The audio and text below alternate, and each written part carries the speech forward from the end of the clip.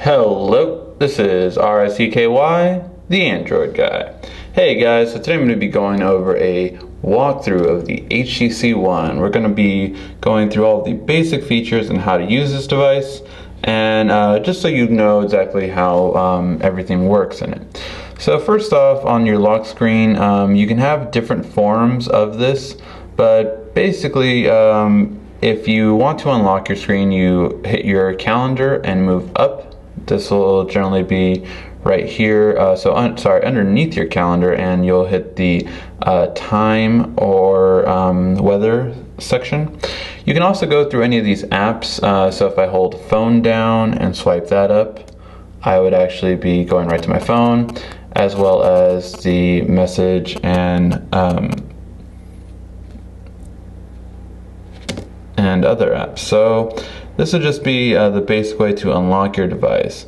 Now, for most of you, your lock is going to be right taking you to here, which is the Blinkfeed section.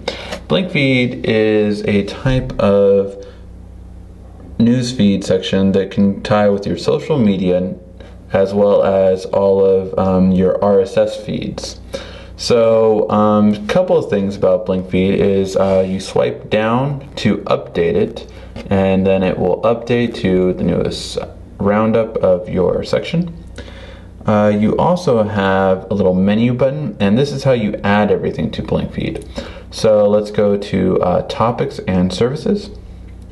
And you'll start off right here in the section for Facebook, Flickr, LinkedIn, Twitter, and the following apps, which is right now only Calendar, HTC Share, and TV.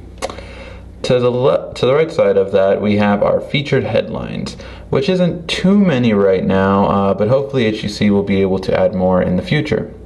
You do have a couple on the technology section, one on the gaming, one on sports, two on music, two on lifestyle, and a couple of others. But the main category would definitely be categories.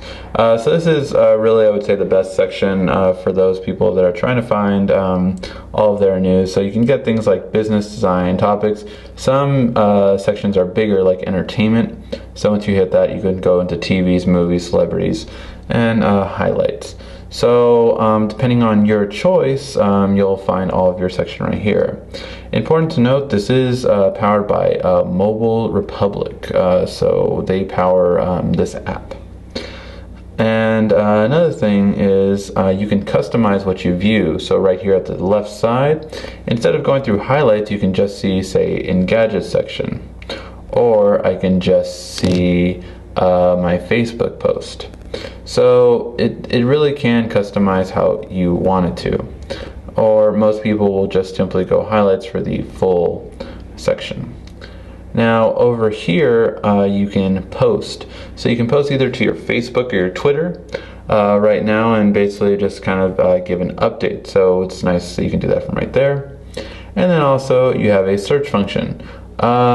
This doesn't always work too well just because it doesn't always find the topics. Even if I know there is a topic down here, it doesn't always tend to find it through the specific words. Again, probably with an update that'll be fixed. And the settings section is where you can use to auto refresh using Wi-Fi or using your mobile data.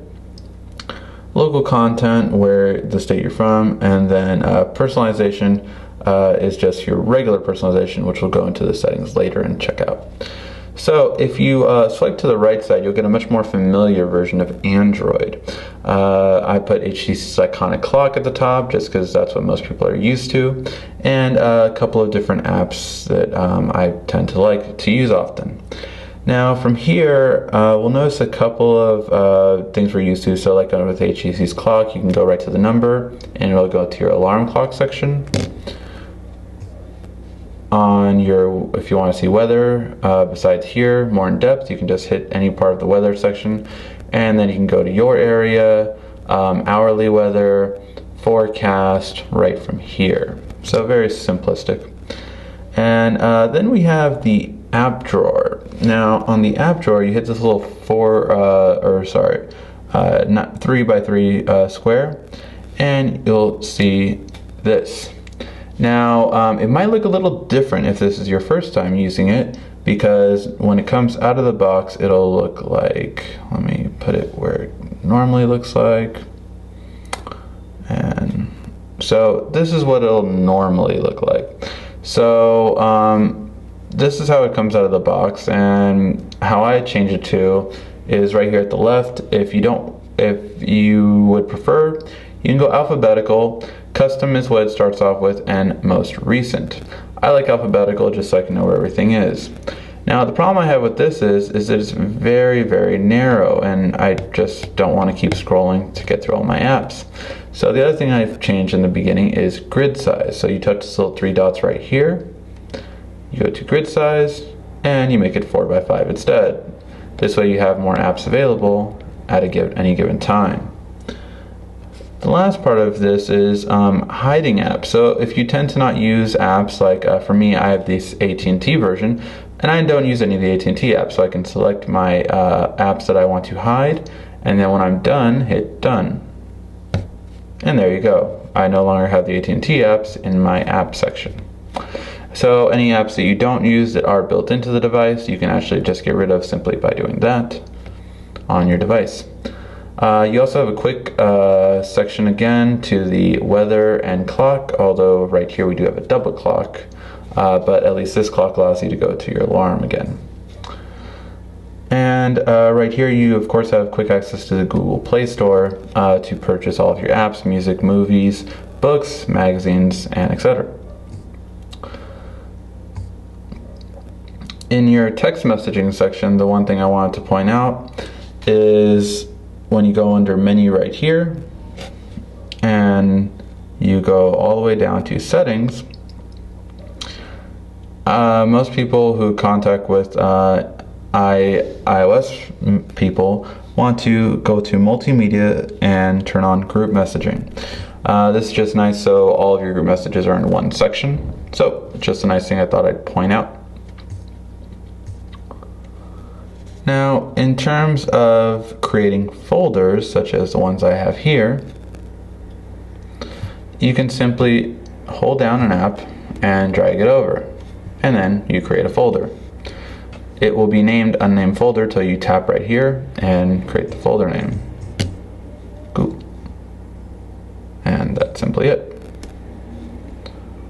If I take it out of the folder and leave it there, it then removes the folder. So it's very simple. If you want to add more widgets and customization, you can. How you easily do that is pinch to zoom. And the first thing you do is you can highlight a screen. And if you want, let me zoom in for you here, you can set a new home. So Blinkfeed is your default home when you first get the device. If you don't prefer it to be though, you can simply hold down this first home page and then set this as the home. So very simple from there. Now from here you can kind of see all of your panels. You do have a total of 5 with Blinkfeed being always there, and you can add up to 4 more. Now over here we also have different types of things you can add. So the first thing of course being apps. You can add all apps to any of your pages. Second thing being widgets. Widgets are shortcuts to apps, so it makes it easy to access things very quickly, such as your calendar, Google Now, quick toggles to turn things like Wi-Fi on and off, and even something like a calculator, which I found very handy.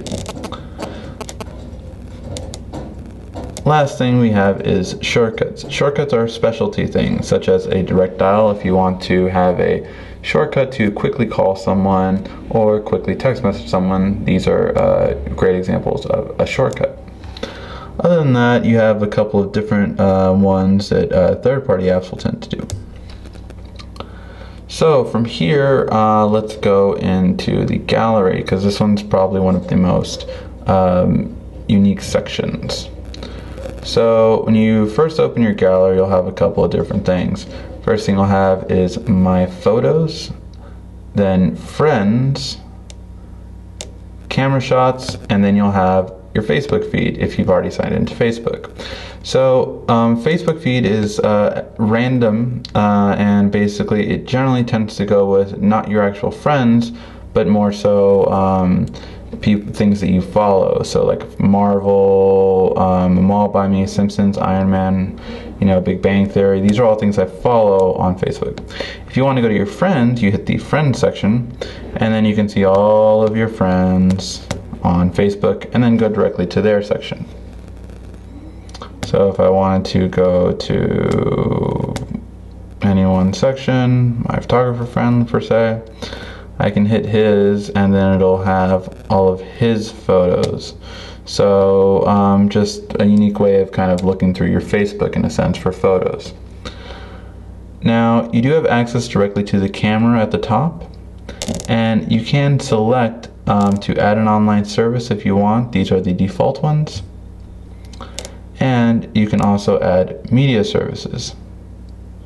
Media services would be something like a computer that's on the same Wi-Fi connection, or other things such as that. Now under My Photos, you have a couple of different ways of viewing things. The default is Events.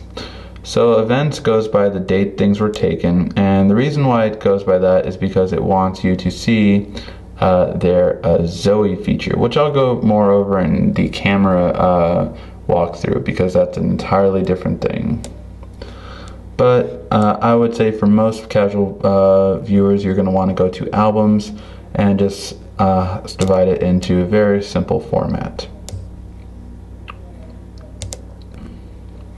And now settings. So when we swipe up from the top, we actually have power saving mode, which if you tend to find your battery life running very draining quickly, then you want to turn that on just by doing the check mark, and then you can turn it off just like that.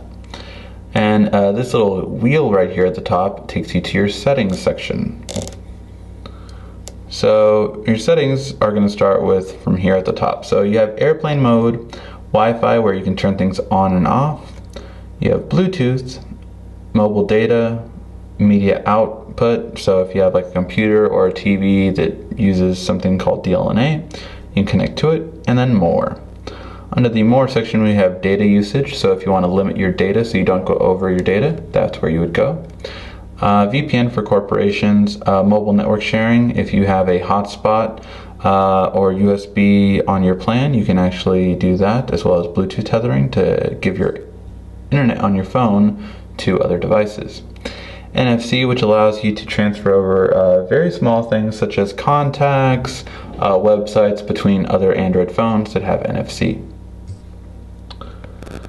Then we have personalization. Personalization goes through things like wallpaper, so you can change the different wallpaper size from live wallpapers to gallery to HTC's own personal wallpapers.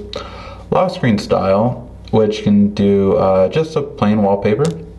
What I had, which is productivity, basically looks at your notifications very quickly, which I like. The photo one, so you can add photos and just kind of a collage of photos there. The music one, so you can always change your music on the fly. And your no lock screen, which will just take you right to the phone. You can customize home screen, which just takes you back to where we were earlier.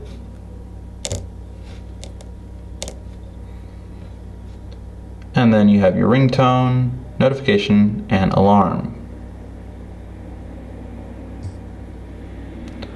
Under accounts, you can add different accounts such as Facebook, Flickr, Google, HTC account, LinkedIn, Mail, Hotmail, Sync with Evernote, Twitter, and Watch. So these are all accounts you can sync to. Under location, this is where you'll turn GPS on. I only recommend turning GPS on when you need it and you're using navigation. Otherwise, it will drain your battery quicker than almost anything else on this device. Under security, this is where you will make your lock screen. So you can do face unlock, pattern unlock, PIN, and password. These are the different type of unlocks you can do for this device.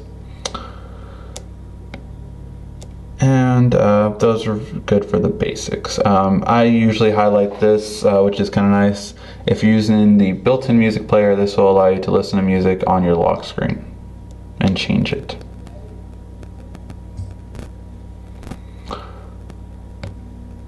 Under backup and reset, you want to make sure that you have your Google account here, just so if you ever back up your phone, it'll be saved. And transfer content. Transfer content is kind of an interesting thing, which allows you to connect to a HTC device, a other Android device that is newer, and Windows, BlackBerry, or iPhone. HTC hasn't been too clear on how to do this. I will look more into it, possibly make another video on it, but basically it seems that you would connect the device either together or to a computer, most likely. Then we have display and gestures. Font size is obviously can be changed here. You have brightness, how long it takes for the phone to sleep and turn off. Notification, this is a little LED that'll be blinking right here, which will allow notifications whenever you get any of these services. Double click speed, which I would always say normal. HTC gestures, which allow apps to recognize 3-finger output gestures. The only thing is that HTC doesn't do any kind of walkthrough on what these gestures exactly do, which I wish they would. Beats audio, this you can just turn on and off. You basically always want to leave it on. I don't understand why anyone would want to turn it off. The sound doesn't sound anywhere near as good without it. Speaking of sound, under the sound section you can change things like volume, ringer, and things like it will be quiet once it feels movement. So if you're taking it out of your pocket, inside your pocket it'll be loud, but then as soon as you take it out, it will soften the volume. And these are ways you can actually change the sounds on your phone. For apps, that's for more advanced users, don't normally recommend using it unless you know what you're doing. For storage, just tells you where all of your storage is coming from, so most of mine is coming from apps. From power, this is where you can see what power saving mode does.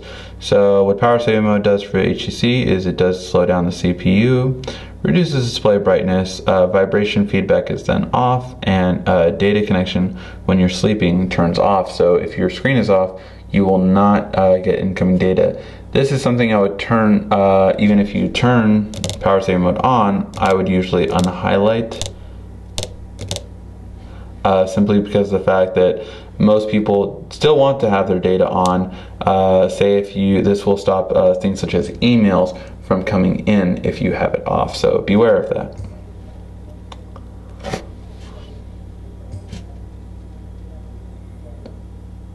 And then the software update, this is where AT&T will do their update. If not, the rest, other carriers will have it under just software updates. And that is for the settings. And the last thing I want to walk through is the buttons on the bottom. Right down here we have a back button. This is where I've been moving back on all of the apps. The HTC is just a logo. It does not have any function unless you do something called rooting the device, which is again for more advanced users. And then the home button does 3 different functionalities. The first one is obviously going home. The second one is if you do a double tap, this will bring up all of the current apps you have open. So if you want to close any of them, you just swipe them away by flicking them up. And as you can see, you can just swipe all of them away very easily. There's not one way to close all of them at once, which I wish there was, but that's just the easy way to close them. And then finally, holding down the home button brings up Google Now, which is a great service.